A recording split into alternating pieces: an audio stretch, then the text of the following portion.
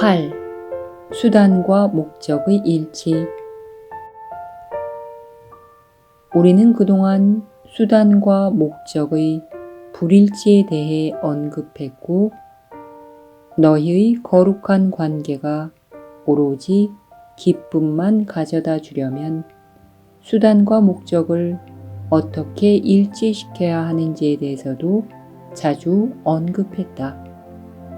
우리는 또한 성령의 목표에 부응하는 수단은 성령의 목적과 같은 근원에서 나올 것이라고도 말했다.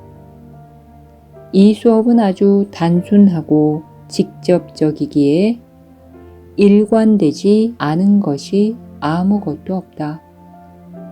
일관성이 없어 보이거나 다른 부분보다 더 어려워 보이는 부분은 단지 수단과 목적이 여전히 일치하지 않는 영역을 나타낼 뿐이다. 이것은 굉장히 불편함을 일으키지만 그럴 필요는 없다. 이 수업은 너에게 거의 아무것도 요구하지 않는다. 이 수업처럼 그렇게 적게 요구하거나 더 많이 줄 수 있는 수업은 상상도 할 수 없다. 관계의 목적이 죄에서 거룩함으로 갑자기 변하는 데 따르는 불편한 기간이 거의 끝나간다. 너는 불편함을 느끼는 바로 그 정도만큼 관계의 목적을 바꾼 성령께 수단을 맡기기를 거부하고 있는 것이다. 너는 내가 그 목표를 원한다는 것을 인식한다. 그렇다면 그 수단도 기꺼이 받아들이지 않으려는가? 기꺼이 그럴 마음이 없다면 내가 일관되지 않다는 것을 인정하자. 목적은 수단에 의해 달성되며 내가 어떤 목적을 원한다면 그 수단도 기꺼이 원해야 한다. 진실한 자라면 과연 나는 무엇보다도 이것을 원하지만 그것을 얻을 수단을 배우는 것은 원하지 않는다 라고 말할 수 있겠는가? 성령은 목표를 달성하기 위해 아주 조금만 요구했고 수단을 주기 위해서도 그 이상 요구하지 않는다. 수단은 목표를 따른다. 내가 주저한다면 그것은 수단이 아닌 목적을 두려워하기 때문이다. 이것을 기억하라.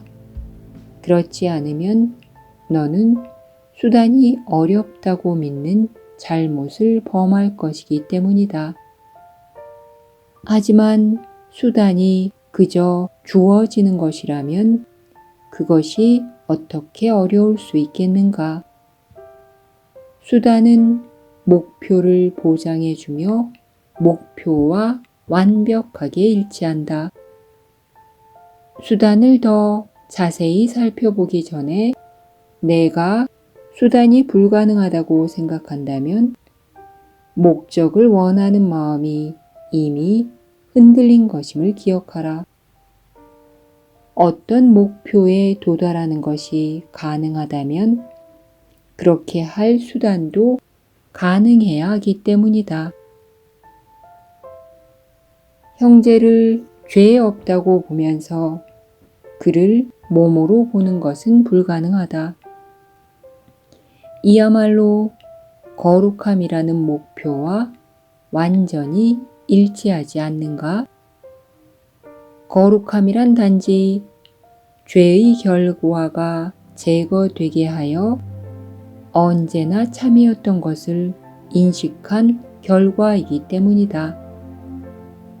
죄 없는 몸을 보는 것은 불가능하다. 거룩함은 긍정적인 반면에 몸은 그저 중립적이기 때문이다. 몸은 죄가 있지 않지만 죄가 없지도 않다. 몸은 본래 무이기에 몸에 그리스도의 속성이나 에고의 속성을 부여하는 것은 무의미하다. 어떤 경우든 잘못일 수밖에 없다.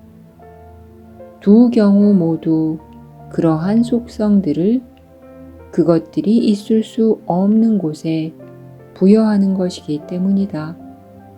그리고 두 경우 모두 진리라는 목적을 위해 무효화되어야 한다.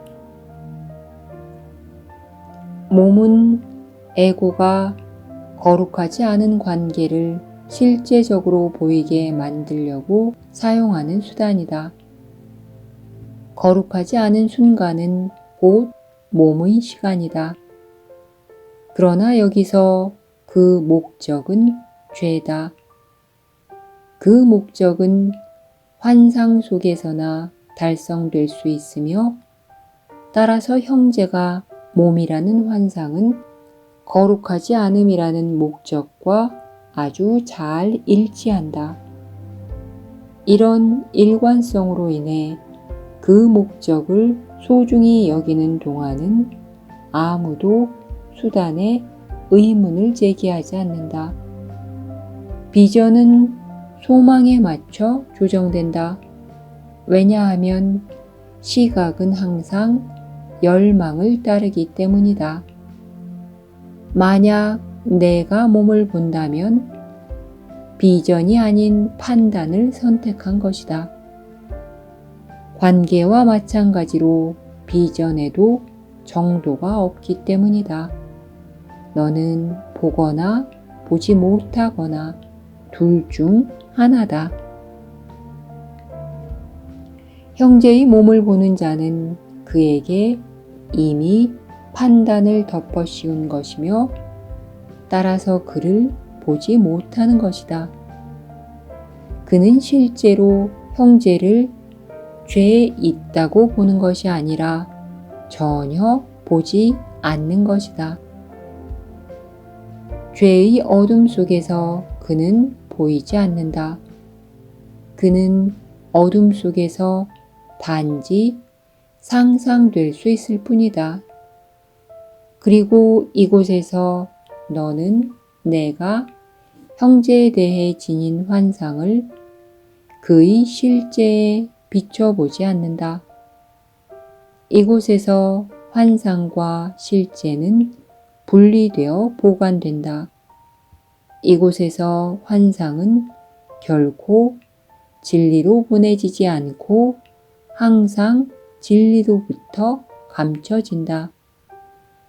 그리고 바로 이곳 어둠 속에서 내 형제의 실제는 다른 몸들과 거룩하지 않은 관계를 맺고 죽기 전에 한순간 죄라는 명분을 섬기는 몸이라고 상상된다. 이 헛된 상상과 비전 사이에는 과연 차이점이 하나 있다.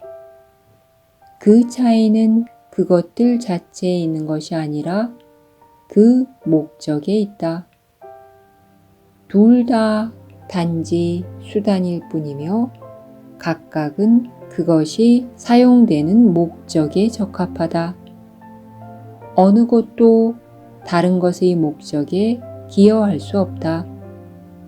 각각의 수단은 곧 목적에 대한 선택으로서 목적을 위해 사용되기 때문이다.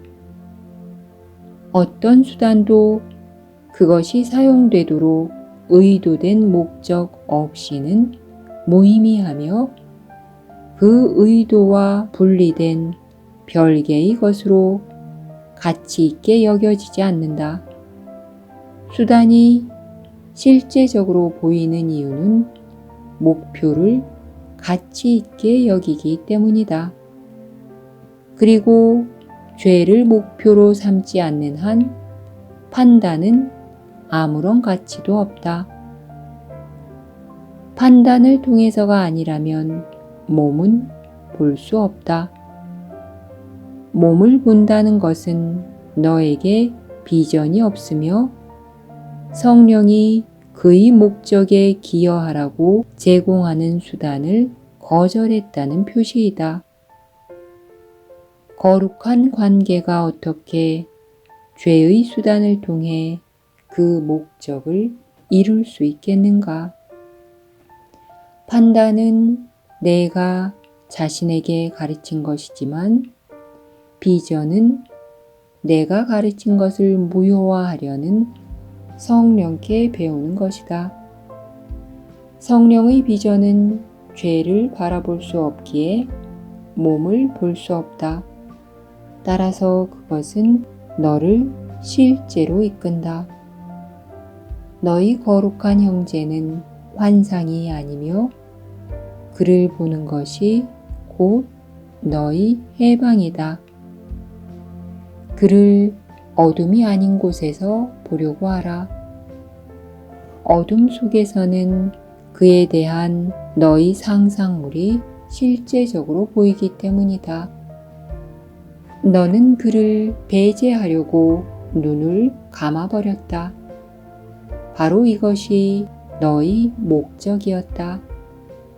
그리고 내가 그런 목적에 일말의 의미라도 있다고 보는 한 그 목적의 달성을 위한 수단을 볼 가치가 있다고 평가할 것이다. 따라서 너는 보지 못할 것이다. 너는 내가 어떻게 몸이 없는 형제를 볼 수 있는가? 라고 물어서는 안 된다. 단지 나는 정말로 그가 죄 없다고 보기를 소망하는가? 라고 물어라. 이렇게 물으면서 그의 죄 없음이 곧 내가 두려움에서 벗어나는 것임을 잊지 말라. 구원은 성령의 목표이고 그 수단은 비전이다. 진정으로 보는 자는 죄 없음을 바라본다. 사랑하는 자는 판단할 수 없으며 그가 보는 것은 정죄로부터 자유롭다. 그가 보는 것은 그가 만든 것이 아니다. 그것은 그로 하여금 보는 것을 가능하게 해준 비전과 마찬가지로 그에게 주어진 것이기 때문이다.